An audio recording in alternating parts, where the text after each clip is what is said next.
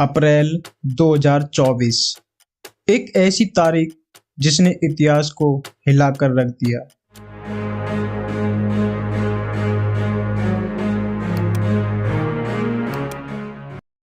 पहली बार ईरान ने इजराइल पर डायरेक्ट अटैक किया। दुनिया थम गई। सबके दिमाग में एक ही सवाल था, क्या ये वर्ल्ड वॉर 3 की शुरुआत है? लेकिन दोस्तों, ये नफरत रातों रात पैदा नहीं हुई। कभी ये दोनों मुल्क गहरे दोस्त हुआ करते थे। तो ऐसा क्या हुआ कि आज ये एक दूसरे को नक्शे से मिटाने पर तुले हैं?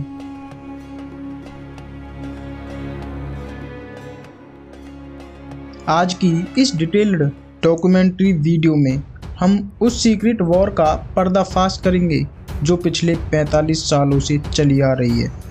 आपको यकीन नहीं होगा, लेकिन 1950 के दशक में ईरान दूसरा एशिया मुस्लिम देश था जिसने इजराइल को रिकॉग्नाइज किया था। उस वक्त इनके दुश्मन एक ही थे, अरब नेशनलिस्ट लीडर्स।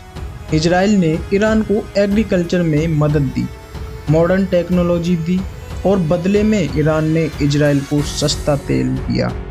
उस वक्त तेहरान की सड़कों पर इजरायली लोग आम दिखते थे और इजराइल में ईरानियन लोग। ये दोस्ती जियोपॉलिटिक्स की एक मिसाल थी। लेकिन हर कहानी में एक मोड़ आता है और इनकी दोस्ती के लिए वो साल था 1979। 1979 में ईरान की ज़मीन पर एक ऐसी क्रांति आई जिसने पूरे मिडल ईस्ट की तस्वीर बदल दी।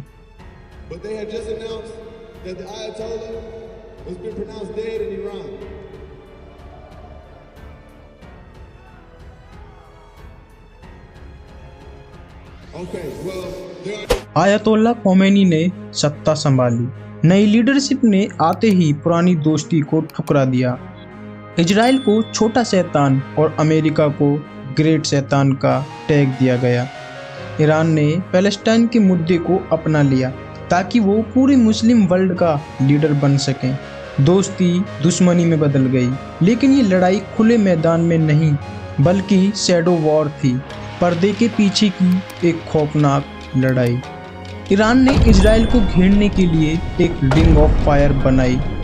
लेबनान में हिजबुल्ला, गाजा में हमास और यमेन में हौतीस, इन सबको ईरान ने पैसे और बारूद से मजबूत किया। लेकिन इजराइल भी खामोश नहीं बैठा। इजराइल की खुफिया एजेंसी मुसद ने ईरान के अंदर घुसकर उनके न्यूक्लियर साइंटिस्ट का कत्ल किया। स्टक्सनेट वायरस से उनके कंप्यूटर सिस्टम तबाह किए। सायरिया में ईरान के हर ठिकाने पर बॉम्बिंग की। ये एक सांप सीढ़ी का खेल था जो दशकों तक चलता रहा, बिना किसी डायरेक्ट वॉर के। दोनों एक दूसरे का खून बहा रहे थे। इजराइल का सबसे बड़ा डर ईरान का न्यूक्लियर प्रोग्राम। इजराइल जानता है कि अगर ईरान ने एटम बम बना लिया तो उसके वजूद का खात्मा तय है। टेंशन तब पीक पर पहुंची जब अप्रैल 2024 में इजराइल ने दमिश्क में ईरानियन कंसुलेट पर स्ट्राइक की। ईरान ने इस बार पर्दा हटा दिया और 300 से ज़्यादा ड्रोन्स और मिसाइल्स डायरेक्ट इजराइल पर दाग दिए। अब शैडो वॉर खत्म हो चुकी है। दुश्मनी अब डायरेक्ट हो गई है। जब दो देश लड़ते हैं तो असली दर्द किसे होता है? ना तो नेताओं को, ना ही बड़े हथियार बनाने वाली कंपनियों को। सबसे ज़्यादा दर्द होता है आम लोगों को। एक बच्चा जो कल स्कूल जा रहा था, आज बंकर में छिपा है। एक माँ हर सायरन की आवाज़ पर घबरा जाती है। हजारों लोग अपना घर छोड़कर दूसरे देशों में शरण लेने को मजबूर हो जाते हैं। युद्ध सिर्फ ज़मीन नहीं छीनता, ये बचपन, सपने और भविष्य भी छीन लेता है। अब सवाल ये है, इससे भारत का क्या लेना देना है? सच्चाई ये है, बहुत बड़ा लेना देना है। दुनिया का बड़ा हिस्सा तेल इसी क्षेत्र से आता है।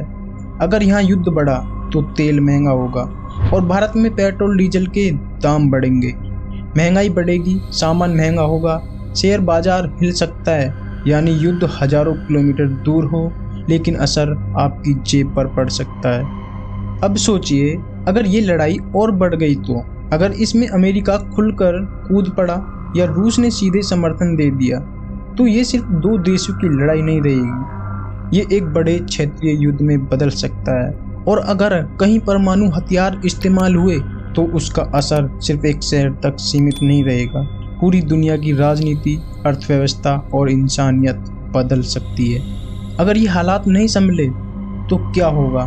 दुनिया का 20% ऑयल ट्रेड खतरे में पड़ जाएगा। आपकी जेब पर इसका असर महंगाई की सूरत में दिखेगा। अमेरिका और रशिया की इन्वॉल्व होने से ये जंग ग्लोबल वॉर बन सकती है। लेकिन क्या दोनों देश जानते हैं कि टोटल वॉर का मतलब सिर्फ टोटल डिस्ट्रैक्शन है? इतिहास हमें सिखाता है कि दुश्मनी से ज़्यादा महंगी कोई चीज़ नहीं होती। आज इजराइल और ईरान बारूद के ढेर पर खड़े हैं। क्या डिप्लोमेसी जीतेगी या बारूद? ये फैसला आने वाला वक्त ही करेगा। तो दोस्तों, कैसी लगी आपको ये वीडियो? कमेंट में ज़रूर बताना और साथ ही इस चैनल को सब्सक्राइब जरूर कर लो, क्योंकि ऐसी डॉक्यूमेंट्री वीडियो इस चैनल पर आती रहती हैं। जय हिंद, जय भारत।